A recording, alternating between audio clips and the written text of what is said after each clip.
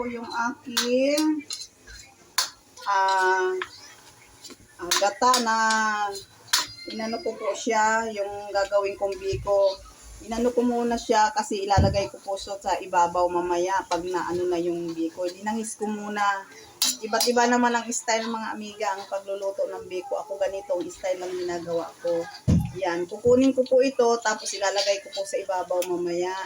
Ayan, hindi ko po ilalahat yan para may lasa din.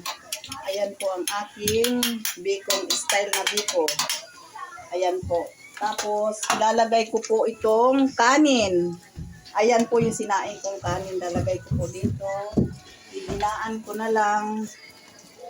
Ayan po. Mahina lang po yan. Para hindi siya Ayan. Ayan ang style ko pong pagluluto ng biko mga amiga. Ayan, panoorin nyo po hanggang sa dulo. Ayan, ngayon ko lang po ito ginawa. Natutunan ko lang din po to sa aking kapatid na yumao. Tinuruan po ako niya nung umuwi ako sa Leyte. Ayan, wala na po siya ngayon. Kahit pa paano, ayan, paghandaan ko po siya mamaya pag ito po yan naluto na. Ayan po mga amiga. Panoorin nyo po yung aking ginagawang followers, viewers, manood po kayo. Pasupport naman po kay amiga sa kanyang paglulutong biko. Ayan po. Hindi ko na po ilalahat yan. Kasi mamaya yan po ang aking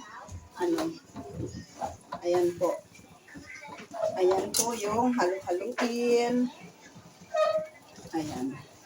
Ayan lang pong aking ginagawa. Wala pa pong asukal to. Wala pa pong sugar. Pero lalagyan pa po ng asukal yan. Mamaya.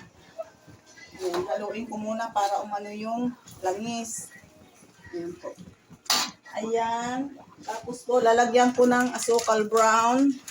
Kalahati. Kasi, pag lahat po yan, masyado na pong matamis. Ayan. Kalahati lang po ang aking ilalagay. Medyo, po kasi, 1 kilo po kasi nabili namin na asukal. Ayan. Ayan po. Hatiin ko lang po. Yan. Ayan, ganyan po. Yan. Saka po haluin na. Ayan. Ganun lang po akong magluto ng biko.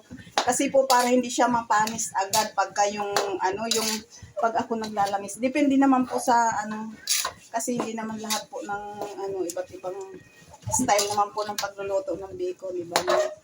Ayan, ganyan lang po ang aking lutong biko. Ayan po. Ayan, salamat po. Maraming salamat sa followers, viewers. Ayan.